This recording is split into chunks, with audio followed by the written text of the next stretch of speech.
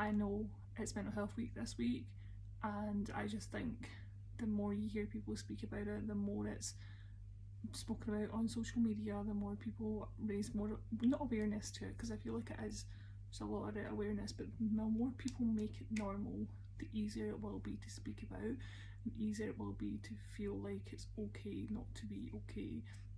So I kind of want to speak about my journey, because a lot of people either see bits and pieces on social media, or they might not really be aware of things I've been through, or situations that have happened to me that have made me really, really happy or really, really sad. So I just thought, I don't even know if I'm looking in the right place, I just thought I'd speak about my experience, and hopefully it resonates with someone. Hopefully someone just listens and maybe feels the same, and they feel like they can reach out or not reach out, or just maybe it'll help my brain process it. So I kind of want to go back to the start, back to little old Amy flying about. I had a very happy childhood, a very safe childhood. I came from a single parent household, but I was never made to feel like that. I was loved by my mum, I was loved by my siblings, I still had a really good relationship with my dad's side of the family. I was very nurtured and very cared for. All the way through high school, no really mental health issues. Although looking back, I did have a lot of like anxiety tendencies, but it didn't feel like anxiety to me, so I don't want to go back and say, oh, I had anxiety and put like a new memory onto a situation that I don't think was there. High school, absolutely swimmingly fine, no issues, to the point that even like I barely had any sad days, and when I did have sad days, my mum really struggled to like focus and like work out how to help me, because I just didn't have them that meant much. Went to college, had the best year of my life. I will speak about this until the day I die. Met the best people, had the best year. So this was 2014 and 15. I did high, loved the entire year, loved my class, loved the subject. It was great. It was really, really good. And then 2016 and as everybody always talks about, 2016 was a bad year, but for me everything came kind of crashing down at once. So 2014 and 2015, really good year.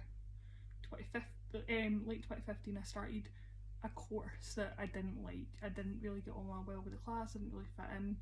I was struggling to navigate being away from the people I loved, so I had a lot of like anxiety and stress, and I just didn't want to go to class or be in that situation, and it was really hard to process. Then the spring into summer, my mum got really sick and she was like in and out of hospital constantly, and at the time I didn't realise I had like a lot of anxiety about it, and I brought up a lot of things from like past that I wasn't aware was an issue. And then I'm just going to list all the things that happened in 2016 for this to make sense. Then me and my boyfriend of 2.5 years broke up, which in hindsight, and he will say the same thing, absolutely was the perfect opportunity and the perfect time for us to break up, and we're good friends now, but at the time that was a huge thing. I was moving to uni, my cat got hit by a car. I feel like Katie Price in that video when she's like listing all the things, but so this all happened at once, and I was an anxious mess. I could not process everything that was happening to me. I couldn't process, I struggle with change anyway, but I couldn't process moving away. I couldn't process my cat being hit by a car. He was fine, but like it was still a huge thing. Me and my boyfriend breaking up devastated me, and I struggled. I really, really struggled, to the point that now I'm quite a lively person. Everybody who knows me will tell you that. Go to parties, I would drink, I would do this, I would do that, but the thought of going on public transport terrified me, which I had to do every weekend because I was coming back home for work, but also because I wanted to be home and be with my mum. I couldn't travel during busy times. I felt as though I was like Alice in Wonderland. I was getting smaller and the rest of the world was getting bigger. I would go to the same nightclub all the time with the same group of friends, and I would have panic attacks in this nightclub. One time, me and my flatmate were waiting on a bus and I had a panic attack and nearly passed out, and it was horrendous. It literally crippled me, and I was like spinning out of control. I didn't know who to talk to.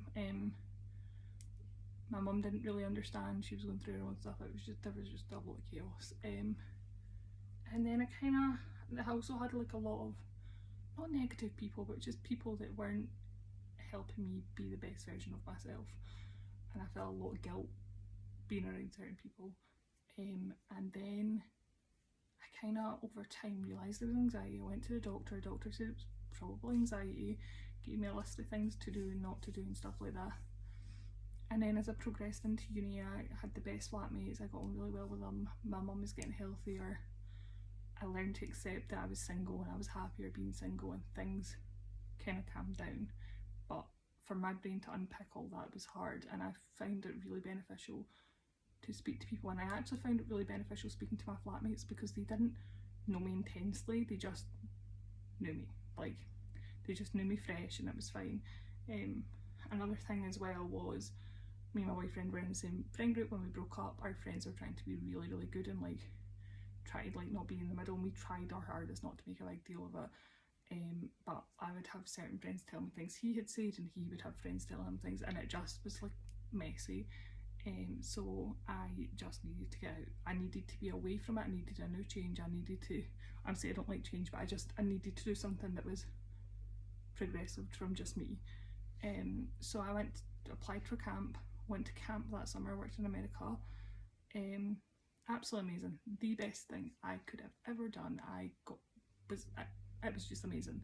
It gave me that freedom, it made me feel alive again. I didn't really feel too much anxiety about being away from home. I was okay, like I was happy and I was content and everything was going okay. And anxieties I did have were like normal anxieties about that thing. My anxiety was still there, it never properly went away, but it was normal anxiety. And then that was all, you know, I was still dealing with anxiety and stuff like that, but I was learning new techniques and stuff.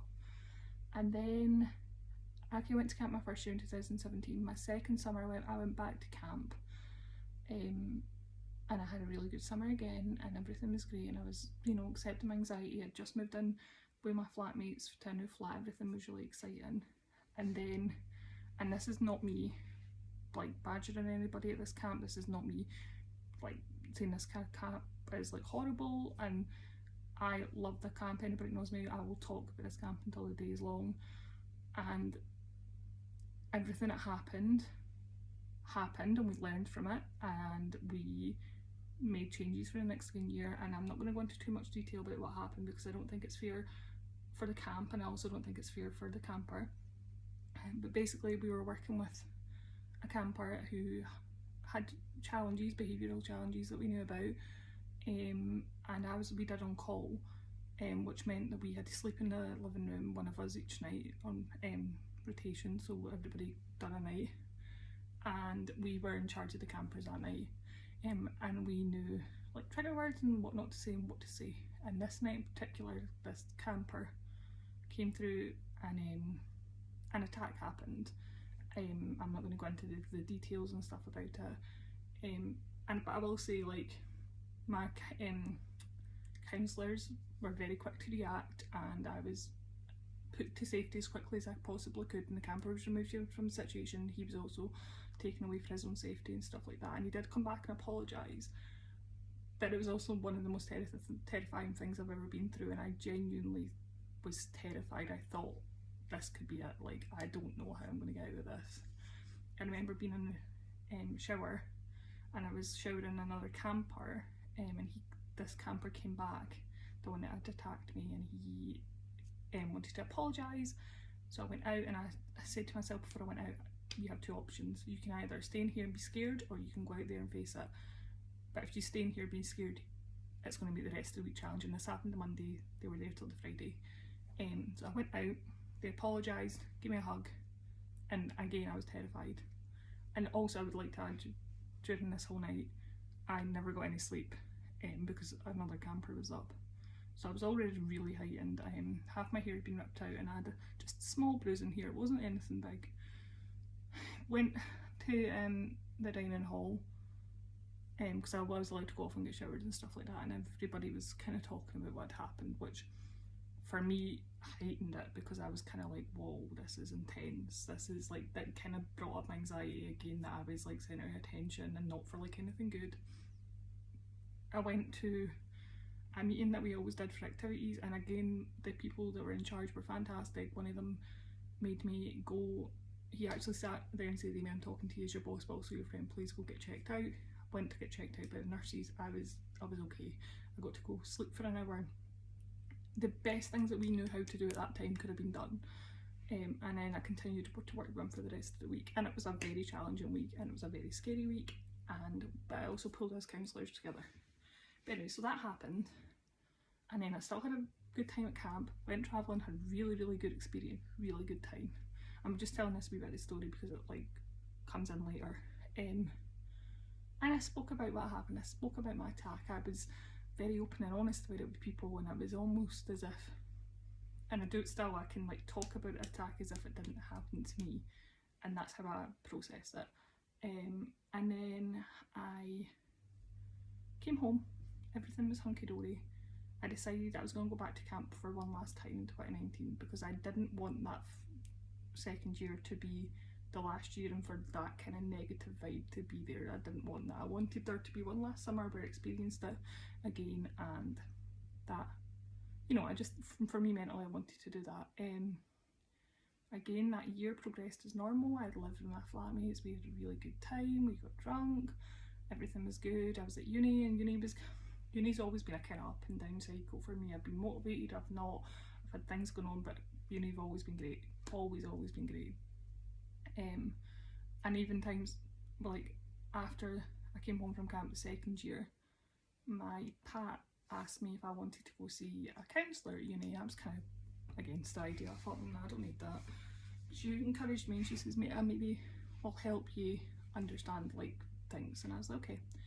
And I went, and I spoke about the attack, and I spoke about like other things that happened, and she was the first one to say to me, I think you might have PTSD. And I was like, nah. I was like, I don't have PTSD. I have no people that have been attacked worse than me. My dad's got PTSD, he was in the army, like that's PTSD. And I kind of like threw it away, and she was like, you just talk about the attack as if it didn't happen to you. And I was like, whatever, it's fine, like I'm fine, I'm okay, I'm strong.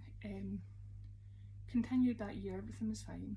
Went back to camp, had one of the best summers, absolutely best summers, met really good friends, got out every weekend, did new stuff.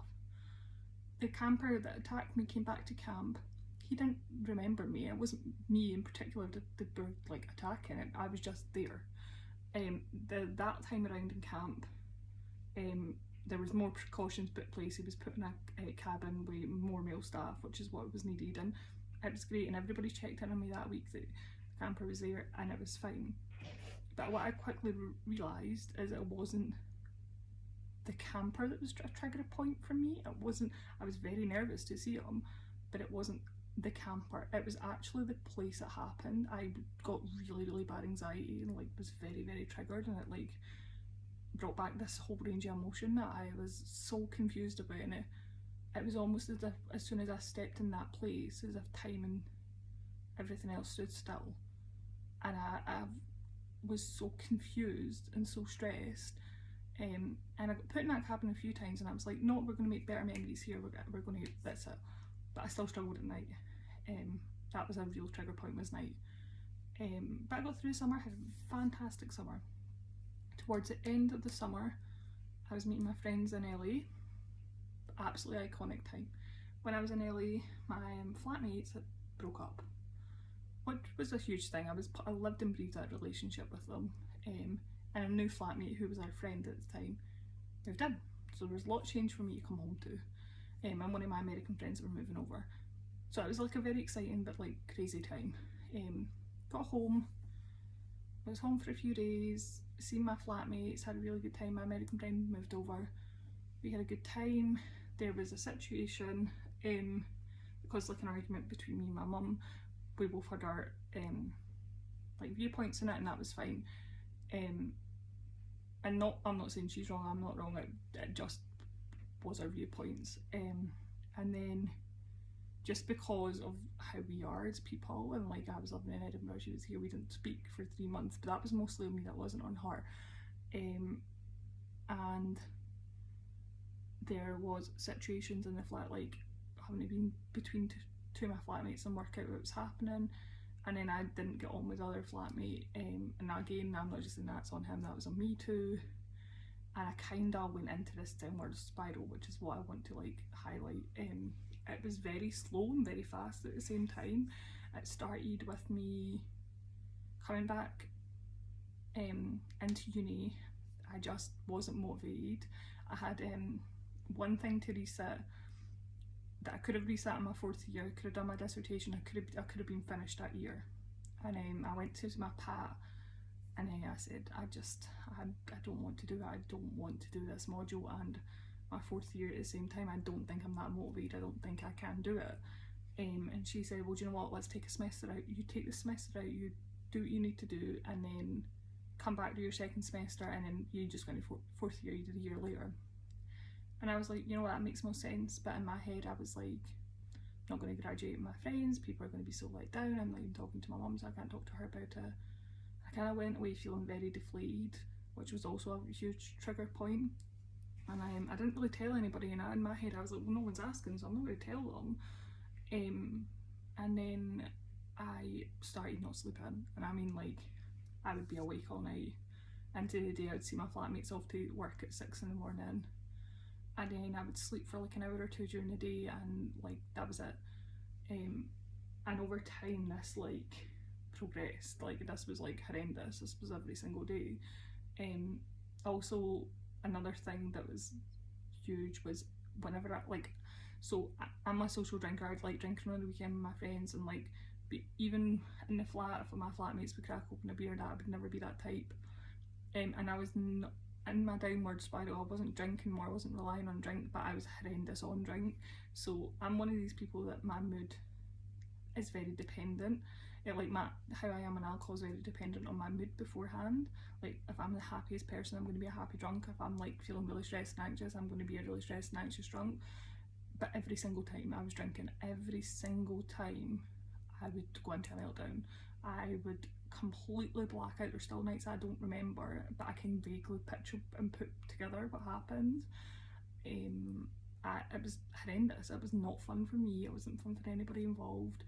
So not sleeping, completely blanking out.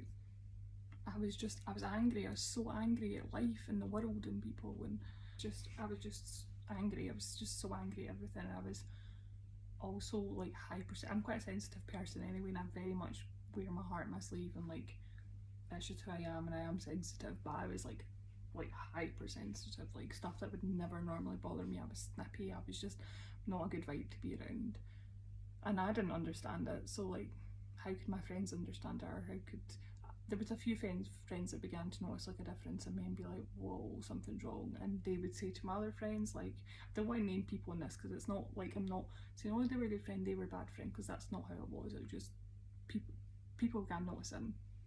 I was only working not that many hours, but I just was so unmotivated to go to work. I would get people to cover it, and because my mental health was bad, my physical health really began to decline.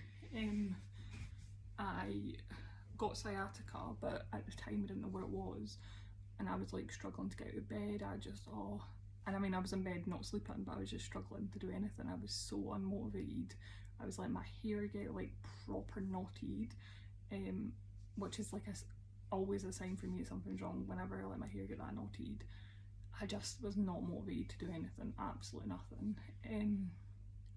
And yeah, it just progressed. There was obviously other factors involved, like our flat wasn't the happiest at the time, there was things going on, but it was just that, thinking back on it, it's wild. It's so wild.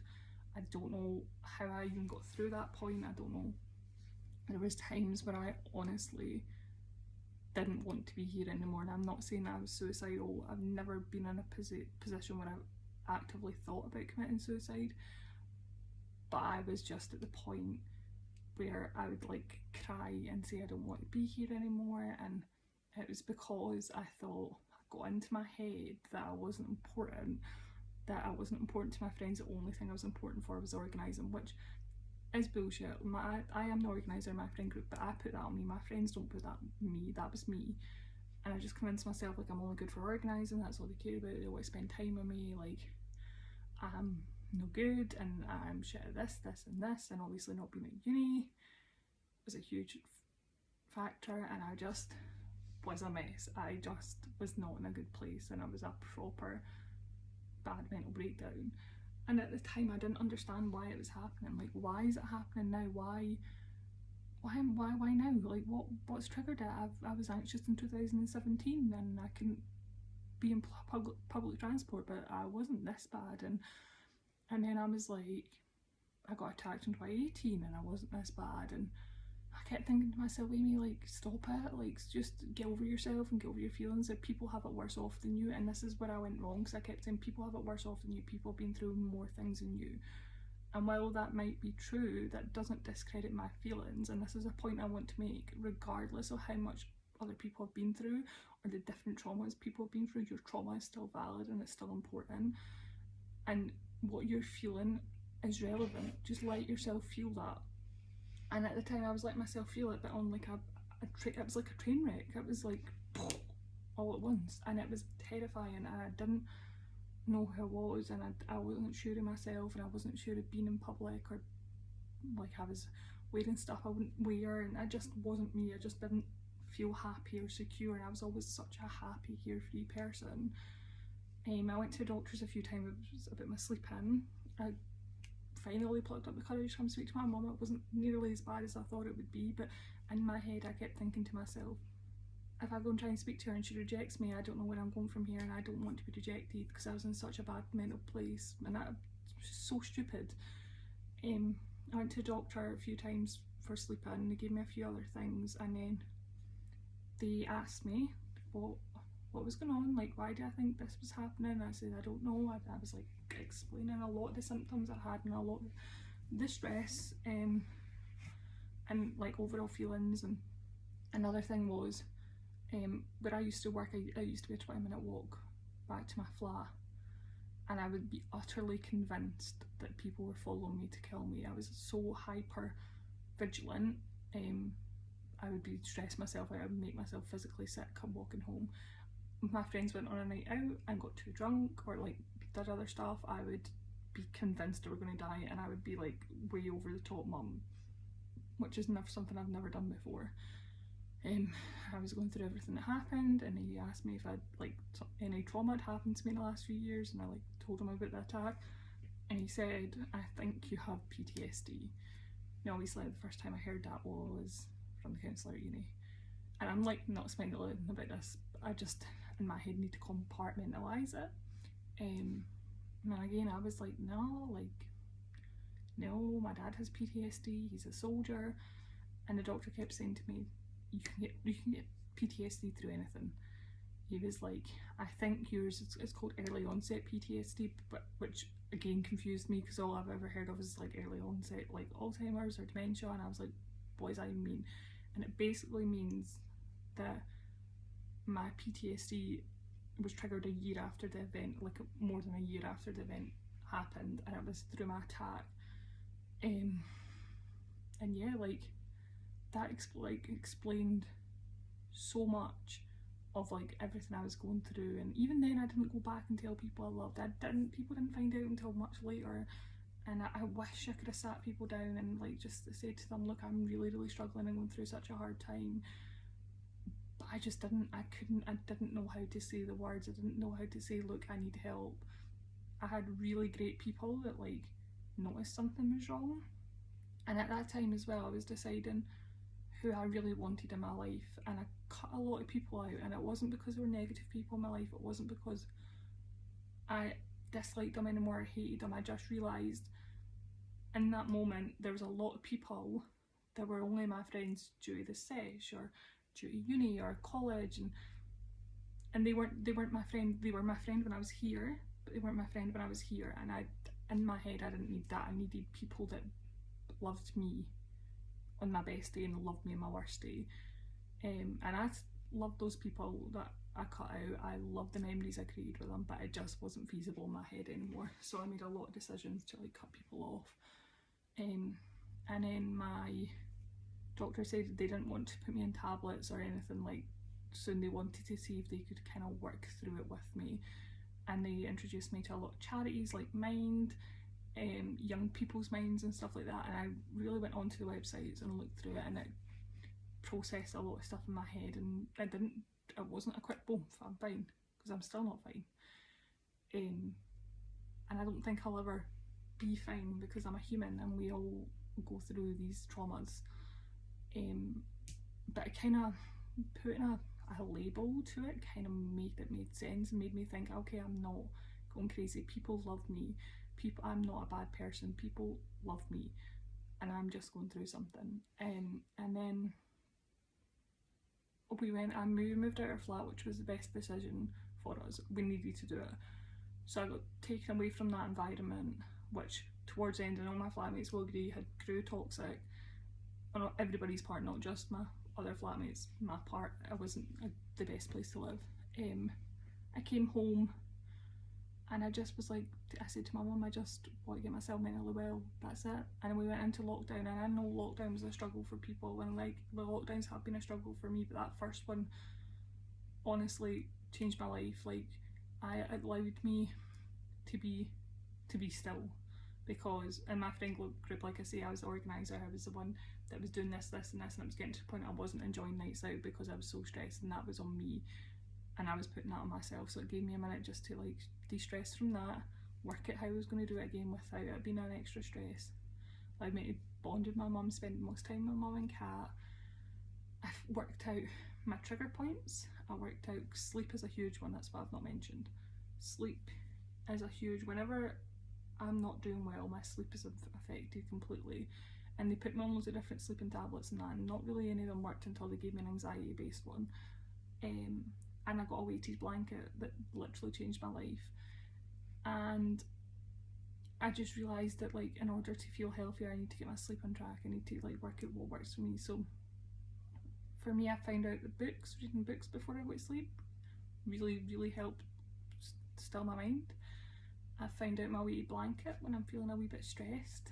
That does wonders. I've also found out that just feeling the emotion is okay. Like, I'm okay, it's okay, I will get through it. Like, just now, I'm kind of in a wee triggered state with my PTSD. I don't know why. I don't think I'll ever know why, because I've been okay recently. I've had a really good time. But I am, and I'm extra sensitive, and I'm more snippy to people, and my sleep's affected. But I can be aware of that and be more conscious of it and know. Whereas before, I could never have done that. I just let myself get progressively worse because I didn't have the resources. And I think that's so important. Like, please go to your doctor. Don't be afraid. They're not going to judge you, and just explain to them and allow them to understand. And you know yourself, you know your body, and people that love you, like my friends were like, Amy, this isn't you, something's happening. And I was like, I don't know. My message is, and I think it's a message I needed to hear when I was going through it, is allow yourself to go through it. You're loved, you're cared for, and regardless of your worst day, people are there, and you're not a bad person. Mental health is a huge thing. And another thing for me as well, and I don't know how a lot of people will take this, is yes, be there for your friends, be a good friend, but also put yourself first, because you can't take care of someone if you're not well yourself. And there was so many times where I was putting everybody's feelings above myself, and it was making me sicker. Take care of yourself. Don't be super selfish, but take care of yourself, nurture yourself, and then in turn that will nurture your friends. You're responsible for your actions and yourself, and I promise you, like, it'll get better. I'm not fully healed, I'll never be fully healed, but I'm learning every single day that to live with it and be okay with it. And that's what I want to spread, the awareness of. I want to say that a lot of people watch my Instagram stories, they'll see that I'm riding high all the time about a mess, but I'm happy. And I want people to be aware that you can live with mental health, you can have horrendous days and bad days, but you can also have really good days, and you are amazing, and you're loved, and you are appreciated, and the world is a better place with you in it. So please reach out, talk to someone, talk to me, talk to a friend, talk to a family, and it will 100% get better.